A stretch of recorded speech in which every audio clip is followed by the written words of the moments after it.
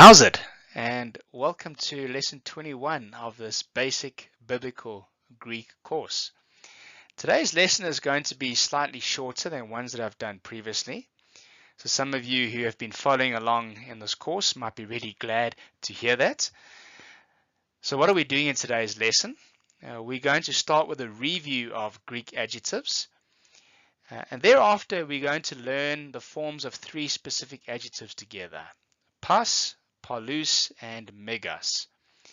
After that, we'll talk about the degrees of Greek adjectives that we get. We'll then do some vocabulary together, as well as go through principal parts 10, 11, and 12. And then we'll finish with translation work where we practice some of the concepts and terms that we've learned in this lesson. So if you're ready to get going, let's go.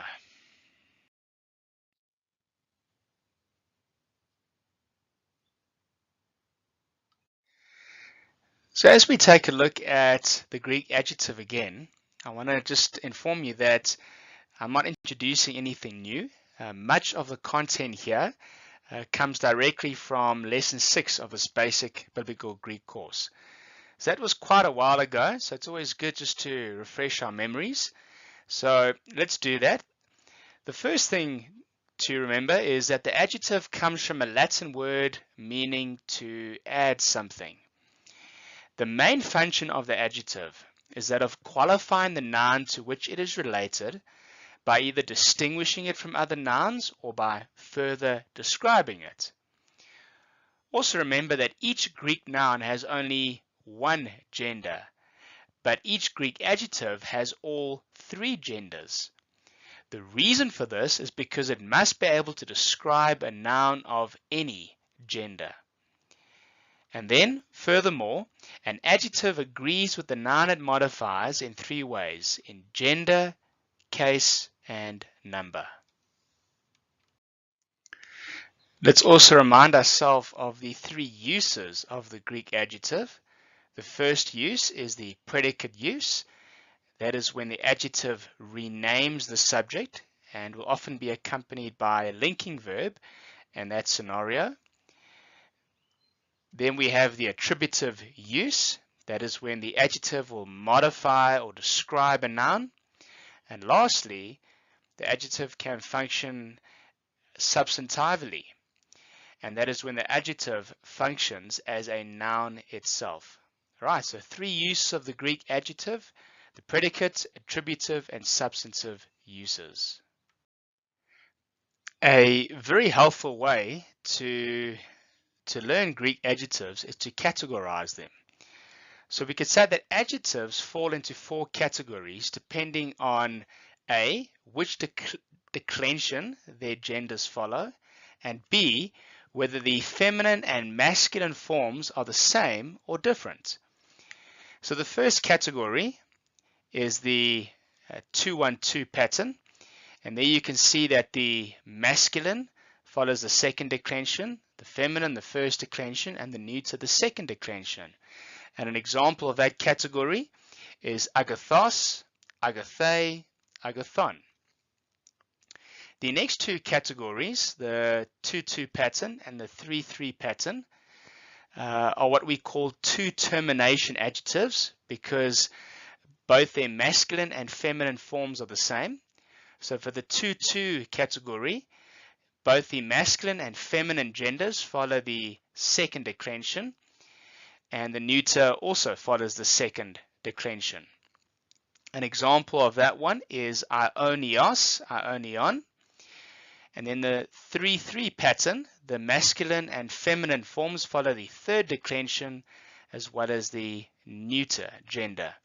And an example of an adjective that falls in that category is aletheis, alethes, and tis and t. And the last category, the 3-1-3 pattern, the masculine follows the third declension, the feminine the first declension, and the neuter the third declension. And this is the adjective that we are going to learn in this lesson. So it's going to be pas, passa, pan. And we'll take a look at the forms of that adjective in greater detail shortly. So because the adjective pas follows the 3-1-3 pattern, we need to remind ourselves of the third declension endings. So we can see here that the masculine gender follows the third declension, as well as the neuter gender, which follows the third declension, specifically the neuter A, third declension endings. So let's quickly go through those endings together. The singular endings, we have sigma, os, iota, and alpha. And then the plural endings, we have s, own, sin, and us. The neuter third declension endings, the nominative and accusative singulars don't have endings. The genitive is also os, and the dative is a iota. And then the plural endings, the nominative and accusative plurals are both alpha, and the genitive is own, and the dative is sin. The last bit of revision that I want to do with you is revision of the 4 helpful hints. We learned these specifically in lesson 11 of this basic biblical Greek course when we learnt about third declension nouns. So let me just remind you of these 4 helpful hints before we jump into learning the forms of pas together. The first helpful hint was memorize the genitive singular form with the nominative singular forms. The second hint, whatever happens in the nominative singular also happens in the dative plural, and that is because of amalgamation. Third hint, a new drops out when followed by a sigma. And number 4, a tau drops out if it is at the end of a word or when it is followed by a sigma. So armed with this knowledge now, let's take a look at the forms of pas together.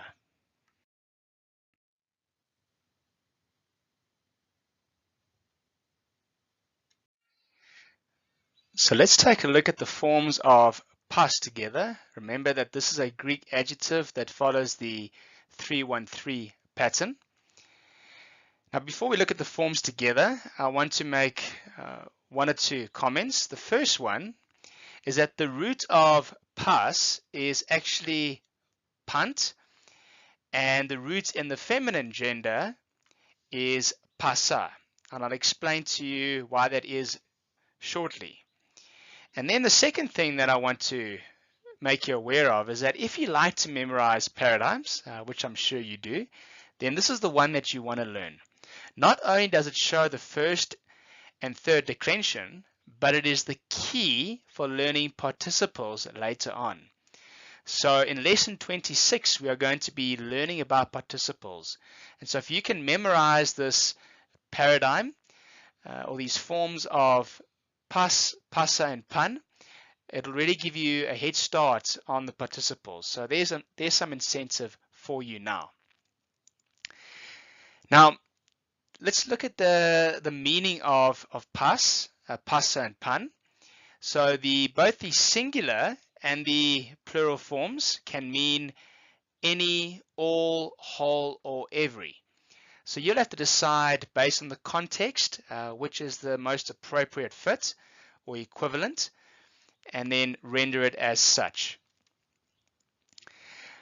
Now, before we look at the forms, let me just explain to you why we have the nominative singular form pas. So the root is pant. So remember that according to the hints that we've learned, is that a tau cannot stand at the end of the word, so the tau has dropped away. And then because we have a sigma at the end, the nu has amalgamated with the sigma. So the nu has dropped away, and that's why we're left with the modified form pas. Right, so now that I've explained to you how we ended up with that modified form, let's look at the forms together, the masculine gender first. So we have pas, and then the genitive singular form is pantos. So remember, with third declension nouns, always learn the nominative and genitive singular forms, because the genitive singular form tells you what the root is of that noun or that adjective. So pas, pantos, panti, panta. The plural forms, we have pantes, pantone, pasin. Remember the hint? Whatever happens in the nominative singular also happens in the dative plural. So in the dative plural, we don't see the root, we see the modified form because amalgamation has also come into play there. And then we have the last accusative plural, pantas. Then the feminine forms, the singulars, we have pasa. All right, so the feminine singular has been altered from pas now to pasa and follows now the first declension ending. So we have pasa, pasais, pasay, pason. The plural forms pasai, pason, pasais, pasas. And then the neuter gender. So here we have the nominative singular form is pan. So the exact same process unfolded as I showed you with the masculine gender, except that when the tau dropped off, there was no sigma. So the nu remains. So we have pan, pantos, panti, and pan. And the plural forms panta, pantone, pasin, and panta. The next Greek adjective that I want to teach you is polύs, and this adjective follows a 2-1-2 pattern, which means that the masculine and neuter genders will follow the second declension and the feminine will follow the first declension. Now this is an adjective that in the singular means much and in the plural means many. So much and many. So it's a very common adjective in Greek. Now, before we look at the forms together, let me point out one or two irregularities with this adjective. So you would expect that because the masculine and neuter genders follow the second declension to have the omicron. But instead you see there that the nominative and accusative singular forms for the masculine and neuter cases have the upsilon instead. All right, so that's the first irregularity. And because of that, they only have one lambda. All the other forms are characterized by a double lambda, which I've highlighted in blue for you to recognize in this table. Right, so besides those two irregularities, it's pretty straightforward. So let's go through it together. The masculine forms first. We have polύs, polou, polo, poloun. The plural forms poloi, polone, polois, polous. And then the feminine forms, we have polei, polais, polei, polain. The plural forms polai, polone, polais, polas. And then the neuter gender forms, we have polou, polou, polo, polou. Plural forms pola, polone, polois, and pola. The third adjective that I would like to teach you in this lesson is μέγας, which also follows a 2-1-2 pattern. So μέγας, both in the singular and plural forms, means great or large. Great or large. And it has two irregularities as well. So let's go through those first. The first one is whereas polύs had an upsilon, μέγας has an alpha for the nominative and accusative singular forms of the masculine and neuter genders. So I have highlighted those for you. So you can see there, you would expect to see the omicron, but you have an alpha instead. And the second irregularity is whereas polύs has a double lambda in its stem, μέγας has a long stem megal. All right, so I've also highlighted that in the table so that you can recognize it easier. So let's go through the forms together very quickly. The masculine gender forms, we have μέγας, megalou, megalo, megan. The plural forms, megaloi, megalone, megalois, megalous. The feminine forms, we have megalei, megalais, megalei, megalane. Plural forms, megalai, megalone, megalais, megalas. And then the neuter gender forms, we have mega, megalou, megalo, mega. And the plural forms, megala, megalone, megalois, and megala.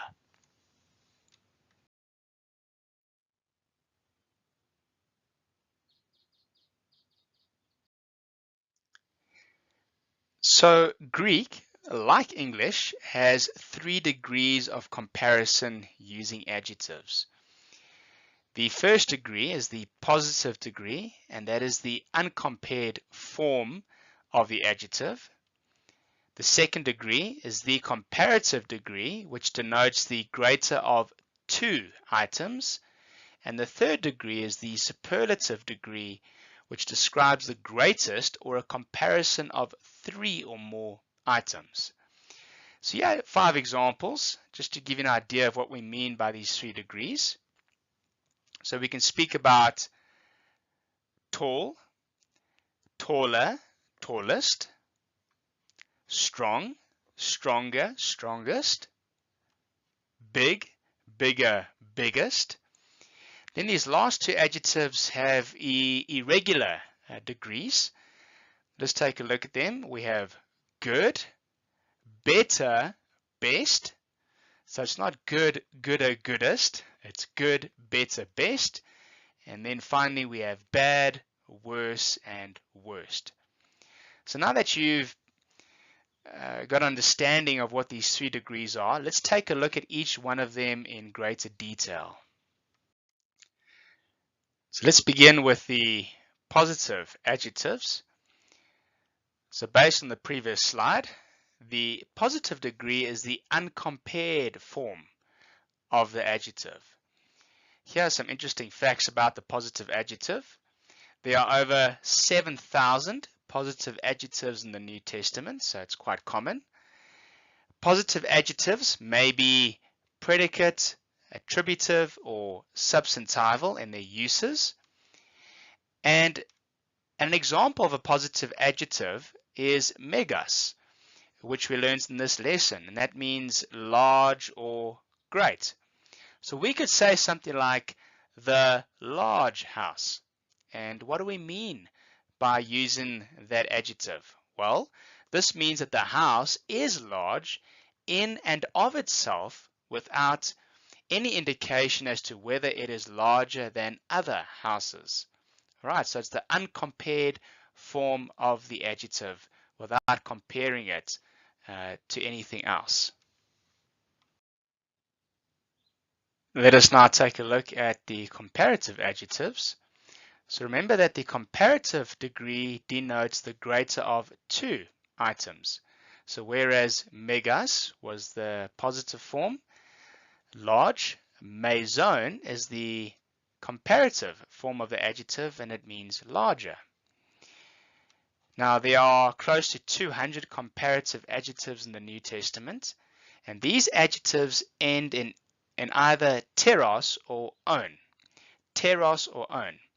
So that's how you will identify a comparative adjective in the Greek New Testament. Now, important to keep in mind is that a comparative adjective requires a second noun or pronoun to complete the comparison. And this is similar in English. So take a look at this example with me. This house is larger must be completed by a phrase such as than that one to show the comparison. So in Greek, the comparison may be completed in 2 ways. The first way is that the second noun may be placed in the genitive case. This is also called a genitive of comparison. So in this example below, it says houtos ha oikos esti meizone ekenu. So meizon is the comparative adjective, which we translate as larger. And then the second noun, ekenu, which is the genitive of comparison, is in the genitive case, which shows the comparison. So we translate this as, is this house larger, ekenu, than that one? And then the second way to show the comparison is a second noun that agrees in case with the first is introduced by a. So in this example it reads, hutos ha oikos esti meizon a ekenos. So we have meizon, the comparative adjective, which we translate as larger, and that is followed by ekenos, which agrees in case with meizon, so they're both in the nominative case, and ekenos is preceded by a. So we translate that phrase as, is this house larger, he ekenos, than that one? Let's quickly look at the comparative forms of meizon, which follows the 3-3 pattern. So most comparative adjectives end in teros and follow the first and second declension endings. So I thought I'd give you an example. This is the example of is kurateros in Mark 1 verse 7. So Mark writes, Erkatai ha es kurateros mu apiso mu, which we could translate as, someone more powerful than I will come after me. Right, so most comparative adjectives will end in teros. However, there are some irregular adjectives that end in on and follow the third declension. So meizon, which means larger or greater, is a very good example of this irregular comparative adjective. So in this table are the forms of meizon. Let's go through them very quickly. The masculine, feminine genders. Looking at the singulars and the plurals, we have meizon, meizonos, meizonai, meizona, meizones, meizonon, meizosin, meizonas. In the neuter genders, we have meizon, meizonos, meizonai, meizon, meizona, meizonon, meizosin, and meizona. Let's finish this section by looking at superlative adjectives. So the superlative degree describes the greatest or a comparison of 3 or more. So whereas megas was the positive form, meizon was the comparative form, megistos is the superlative form of the adjective and means largest. Now it is important to note that in Koine Greek, the use of the superlative was gradually diminishing. So while there are close to 200 superlatives in the New Testament, only about half of the superlative forms in the New Testament actually function as superlatives. And if you go on to do intermediate Greek, you'll learn a lot more about this, but I think that's just good to be aware of. Now, there are two ways of forming the superlative in Greek, by adding tatos or istos to a positive degree adjective. So tatos or istos to a positive degree adjective. So let's look at 5 examples together. The first one is hagios, which means holy. To turn that into a superlative, it becomes hagio tatos, holiest. Next we have timios, which is valuable, and that becomes timio tatos, most valuable. Then we have mikros, which means small, and that becomes elakistos, smallest. And then we have megas, great, and that becomes megistos, greatest. And then lastly we have polύs, much, and that becomes pleistos, should I say, which means most. Right, so there's just a few examples of how you form the superlative in Greek by either adding tatos or istos.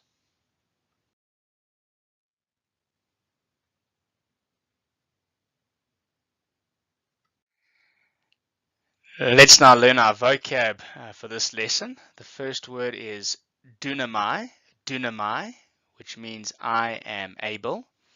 Then we have heis, mia, and hen. Heis, mia, and en. And this is a numerical in Greek, and it means one. So heis is the masculine gender, mia the feminine gender, and hen the neuter gender. All right, then we have udais, udamia, uden. Udais, udamia, uden, which means no one for the masculine and the feminine, and nothing if it's the neuter gender. And udais, udamia, and uden is used with the indicative mood. And then we have meidais, meidamia, meiden. Meidais, meidamia, meiden, which is used outside of the indicative mood and also means no one and nothing. Then we have tesares, tesara, tesares, tesara, which is another numerical, and that means 4. Then we have pente, pente, which means 5. Next we have hex, hex, which means 6.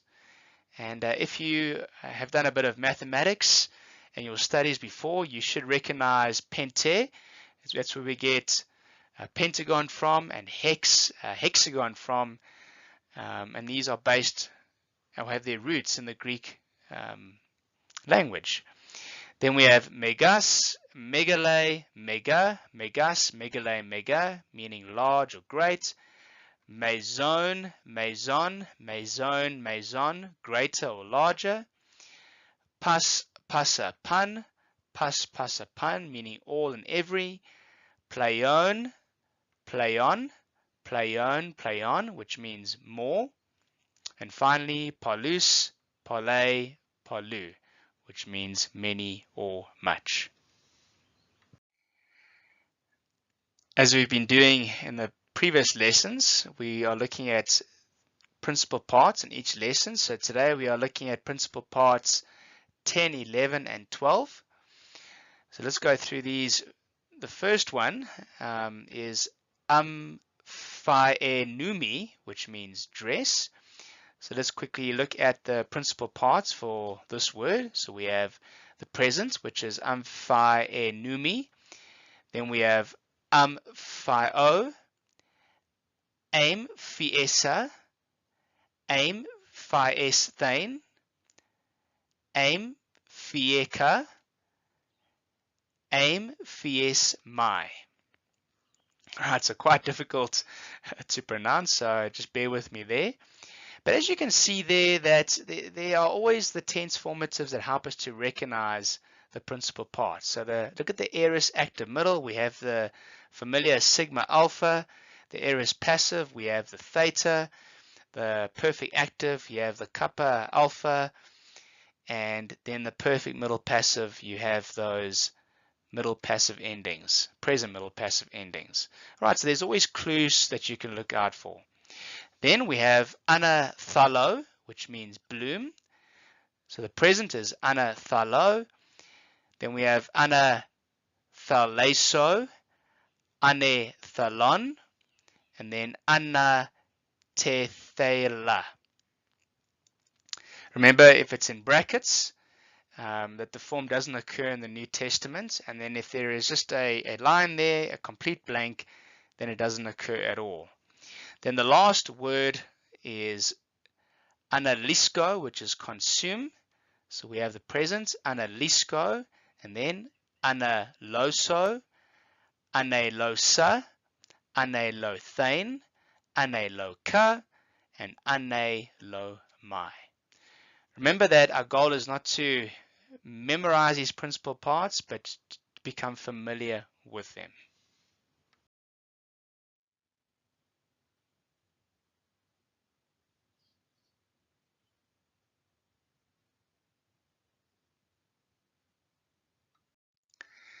So our first translation exercise comes from Mark 2 verse 13 and reads as follows.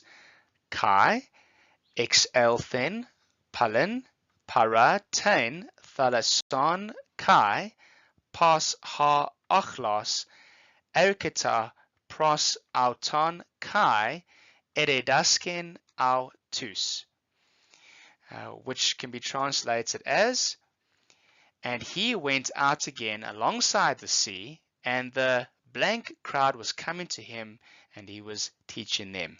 Before we fill out the blank, let's make a few observations about a few of the verbs in this verse. It might be difficult to identify and pass.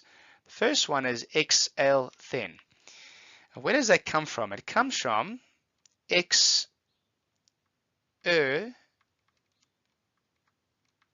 kamai, which means go out. So this formula exelthen is a second aorist because it's undergone a stem change. It's an active voice, indicative, third person singular. And so we translate it as he went out. And then we have these two verbs, erketa and eredasken, which are both imperfect tense forms. But I want to focus quickly on this one, erketa. Where does that come from? It comes from kamai. So it's a deponent verb. So this erketa is a imperfect, middle, indicative, third person singular. So even though it's middle in form, we translate it with an active voice, which we've translated here was coming. And then eredasken comes from didasko. It's also a imperfect, it's an active voice, indicative, third person singular, which we translate he was teaching. All right, now let's quickly have a look at this adjective here, pas. Remember that we said that pas can be translated as any, all, whole, or every. So based on the context, we have to decide which one is the most appropriate. So we read it again, and he went out again alongside the sea, and the, any crowd, all crowd, whole crowd, or every crowd. I think what makes the best sense here contextually is whole. And the whole crowd was coming to him, and he was teaching them. So our second translation example reads as follows. Paloi epistuson eis ta onoma autu hate ekuson ha ioanes a pen. So we could translate this as blank believed in his name when they heard that which John said. So just regarding this adjective paloi, remember that in the singular it means much, but in the plural we could translate it as many. Right, so it's many believed. And then let's make some observations regarding some of the verbs in this sentence again. So these verbs epistuson and akuson will do together. These are both examples of first aorist, active, indicative, third person plural. Third person plurals, you can recognize the son endings that tell us that this is a third person plural. And then the last verb here that I want to look at is a pen. And you might be wondering where that comes from. Well, this is a second aorist, active, indicative, third person singular, and it's undergone a stem change, and it comes from lego, all right, speak. But because it's a aorist, we translate it as said. So many believed in his name when they heard that which John said.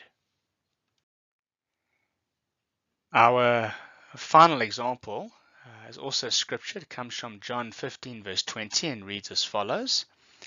Uk esten doulos meson tu kuriu au tu. So our translation, A servant is not greater than his Lord. So here we have the comparative adjective meson, which we've rendered as greater. Remember, it can be translated as larger as well, but I think greater fits the context better. But when you're using a comparative adjective, it needs to be completed by another noun or pronoun.